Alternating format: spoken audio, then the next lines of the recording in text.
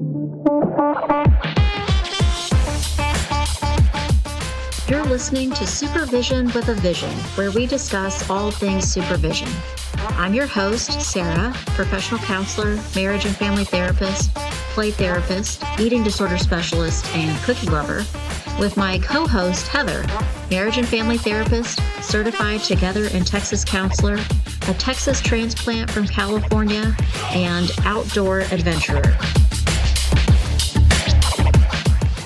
Hi, welcome to Supervision with a Vision. Today, Heather and I are talking about rewriting your work story.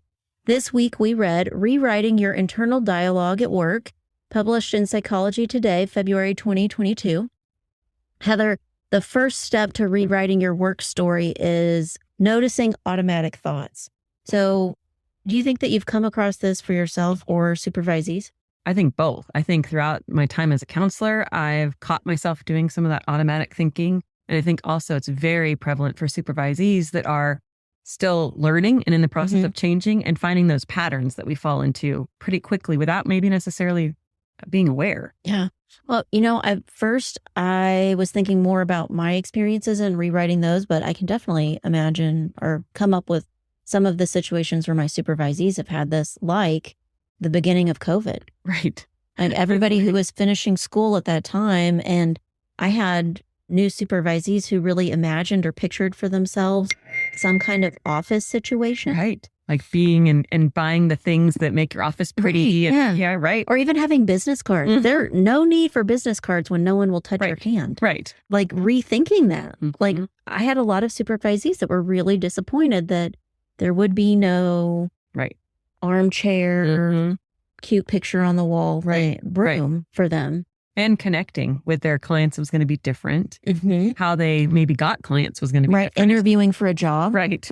All of those steps, they maybe needed to rethink or rewrite that story for themselves. So identifying what some of those automatic thoughts were. Right. I do think I did that with supervisees, noticing, helping them to notice that they were feeling disappointed. Right. Or discouraged. Right. Because it wasn't what they imagined. Right. I've done a lot of work with supervisees, and that whole balance of like your personal lifestyle, family lifestyle, and balancing your work lifestyle, because sometimes, especially like having great opportunities come your way, you're going to get 30 hours a week now and you're going to do this thing, but maybe work for your family or maybe things that you need to be taken care of have to change, or you need to divide up responsibilities at home differently or do different things because of what has now happened. So you're redefining what your role is or how much time you're willing to dedicate. Right.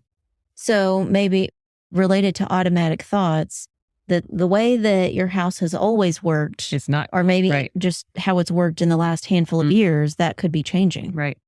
I think too, what about automatic thoughts related to how a person imagines what a counselor's lifestyle is like? I think that's really connected to what you're saying, like the roles in the family, but also if they've envisioned that, some Freud-like cartoon character. It's not going to work out that way. It doesn't always look like that. Yeah. Right. Or maybe they do think, I just got a master's degree. Okay. Man, I'm going to make good money and I'm going to be, and that's not always the case either. Yeah. Especially starting out, you're not going to have the same type of idea of what's presented in your brain and what you went to school for and thought you were doing the entire time. Oh, yes. Seems like you and I in this conversation, we keep like going backward. Further. Right? Like, oh man, there's so many automatic thoughts that can really derail how you feel about work and your work life. Right. How do you think schools could help students prepare in this way? Yeah, I think there needs to be a lot more development of who that counselor wants to be or what their ideas, expectations are when they're in school, because you don't know. But maybe it's more exposure. Maybe it's having more exposure at the get-go, like at the very beginning. I know we do a lot of that, like towards the end of school, a lot of like, oh, you go visit, a clinic or you go do different things. Yeah. But like having that earlier on, talking more about how in our field, there are so many different avenues that none of them look the same.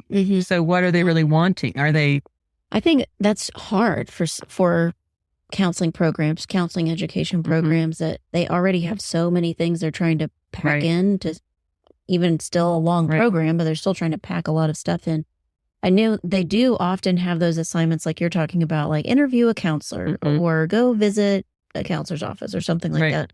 That all rings true. Even sometimes more basic steps. Like right now I'm teaching a class and a lot of these students believe that their job is to give advice. They're just going to get that out. Right. Like, what does that makes me think of? I just said a cartoon character therapist, kind of like Lucy from Charlie Brown. Like 5 cents advice. Right. They think they're there to dole out advice. And we're like, no, counselors hard for you. Give a lot of advice. So all kinds of automatic thoughts that could leave us feeling really dissatisfied with work. Okay. So the next step in our article said, also identify distortions. Right. I think sometimes we, from an automatic thought, create our distortion, right? Like if I am thinking, I'm a brand new therapist and I'm thinking I'm going to jump into private practice and it's going to be this way and I'm going to see 40 clients a week and I'm going to do these things.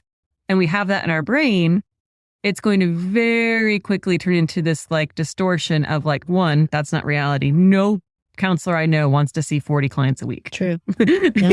That's just not going to be reality. And I think that happens, yes, with new clients, but I think also I've caught myself before thinking like, oh, my kids are all in school now, so my practice is going to shift this way. And I just keep telling myself that. And then when it comes down to it, I'm like, oh, wait a minute. Well, I like that. That's a different perspective that at first we were talking about this happens to people when they don't know.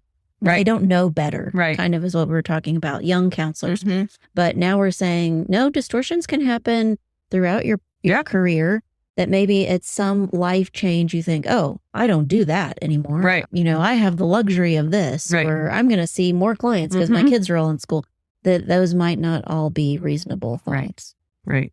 So how do you do that? Or how do you do that with your supervisees? If you recognize a distortion in yourself or a supervisee, what do you do to give more reality or perspective? Yeah, I think with myself, I try to go, okay, that was a great idea. We're not there yet. Or nope, it didn't work the way you thought it was. Just having grace. But I think with a supervisee, I'm much more likely to be like, oh yeah, let's think this through. Pause for a minute. Like how much further, have they thought further down the road than just what it feels like right now in this moment? I think maybe for myself, I try to do this, but definitely I'm doing this with clients and supervisees. That I can say it, but I think you're more affected or you really believe it if it comes from maybe more than one person. Right. Sometimes it's the right person that says it. Right. So I actually, just this past week, I was talking to someone that I used to not supervise but manage. And she just felt like the work expectation that I was giving her was so ridiculous. It was so not reasonable. Right. And I went, no, this is really reasonable for a full-time counselor. This is what you would do. Right. Accounting for phone calls and record keeping and all kinds of other things that counselors have to do. But this is about the number of hours, direct hours that you could expect a full-time counselor to be able to do in a week. She could not believe it. Right. I just talked to her recently and she said, would you believe I'm doing more than that now? Oh. And I went, oh, wow. Are you, and I like, are you okay with that? Are you doing okay? She said, it is okay. I can do this. I never would have thought that I could do it, much less a little bit more. Right. And I'm doing it. But she told me, I totally did not believe you. I needed to see it from somebody else, hear it from somebody else. Right. So I think I try to do that with supervisees and clients, but I'm trying to think of how I might do that for myself, that I'm thinking, I can do that. No, that is not reasonable. Right. Or, of course, I can see that many clients or whatever the thing is. I maybe need to hear it from somebody else. Right. Maybe that's not completely doable. Right. I had a question actually this week from a supervisee. Last week, my schedule was a little disrupted. I was dealing with my dad's situation in the hospital and everything. And my supervisee asked me, so like, where did you put all those clients? Like, how did you fit them all in? Good question. And I was like, well, I thought that I was going to fit them in. I kept thinking that I was going to fit them in here or there or this or that. And then I realized I'm not going to reschedule with someone more than once. So it's much better to just cancel it and call it a week and just move on. I like that. And what we're talking about and addressing that distortion, you were able to use yourself as an example that No, it is not always reasonable to just keep It's not going to happen. doing it. Yeah. Oh, I know.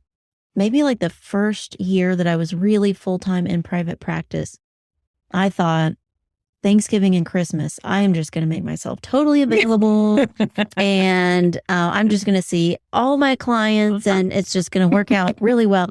And I sat in the office by myself for a week. And no one showed up. Right. Yeah. And I did think next year I'm doing this differently. I don't know why I thought that was such a great idea. But that brings us to our next point, challenging those distorted thoughts or those automatic beliefs. And so we do that sometimes for our supervisees by giving examples of ourselves or asking them to seek out another opinion. Right. Maybe. I think that's so important. Okay, well, we talked about it, but who else could you ask? Like, who else has been through this before? Or if they're at a clinic that has a different, you're not their manager, you know, then you can say, well, what, talk to the other people at work. What are they doing? I feel like recently we talked about, I feel like I mentioned this on the podcast. I had a supervisee, it's been several years now, and we had tons of client things she wanted to talk about, but she looked really overwhelmed. Not okay, right? Yeah, and I went, can we stop? What's happening? This is not the usual you that I see. And she said, I just feel like I can't get everything done. And I said, well, tell me what you're trying to do, what you're doing. And then I went, oh, well, you can get everything done. That actually won't happen. Yeah, unless you stop sleeping or something, that there was no way. So she needed someone else to say, oh, no, you were right. The feeling that you had was absolutely. That was real. Yeah. You can't do all those things in a single week or a single day. Any other ways that you maybe challenge thoughts? I think reflecting, like kind of going further in, if I'm on a path, distorted or not, and I'm like, okay, well, how do I see this playing out?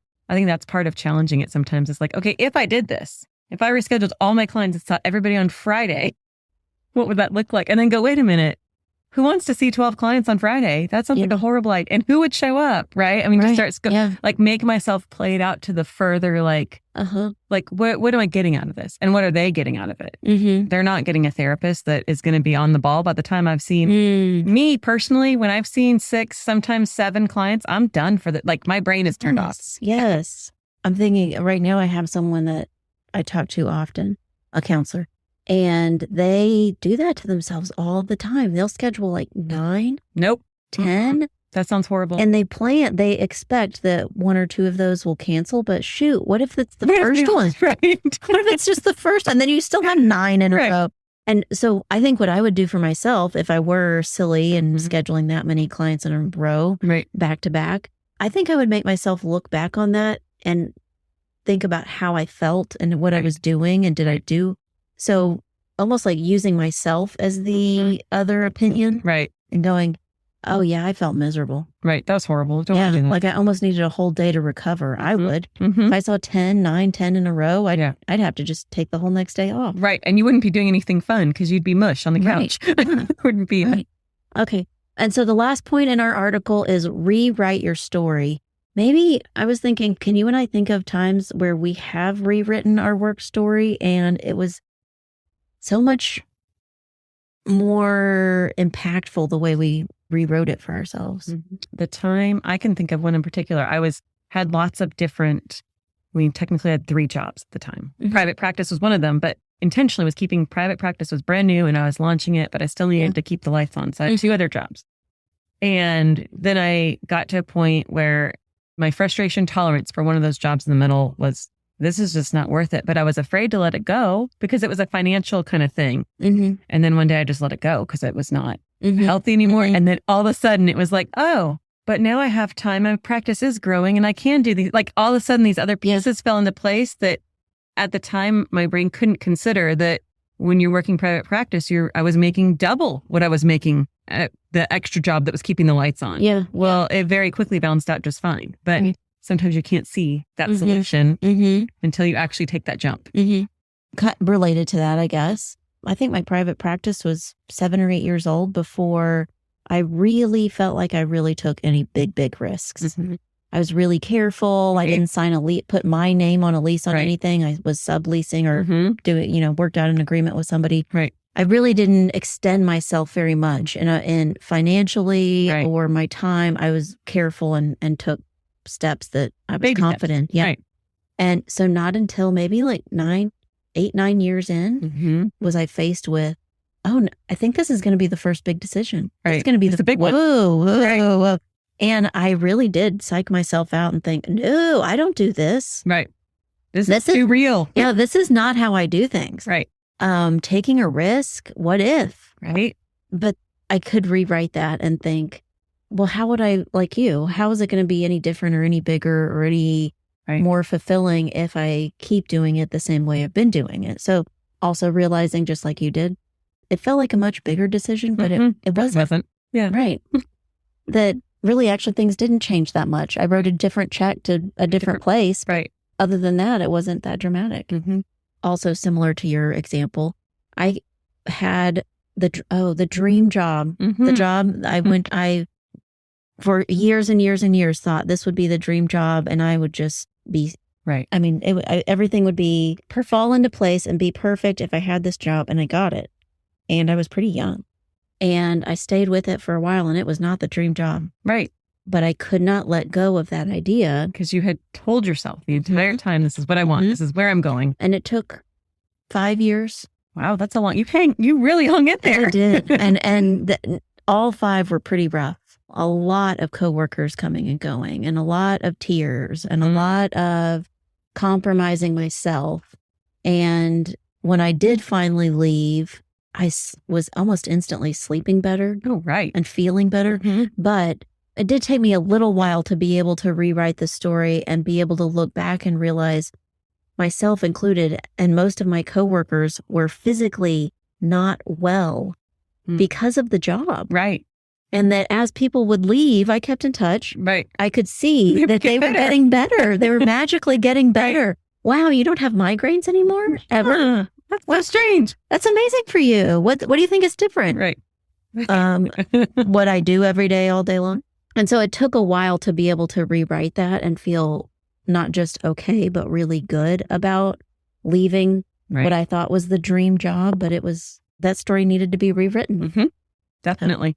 This sounds like an ongoing process for all counselors and supervisees, that we do this throughout our careers and our process. Especially mental health. Yes, definitely. Well, thanks for listening today. Heather and I would love to hear about your work stories that you have rewritten or maybe are ready to rewrite. Thanks for listening. You've been listening to Supervision with a Vision. Head on over to iTunes to subscribe, rate, and leave a review. Be sure to check us out on Facebook and Instagram at Therapy Academy to join the conversation and get show notes. We'll be back next week with more Supervision with a Vision.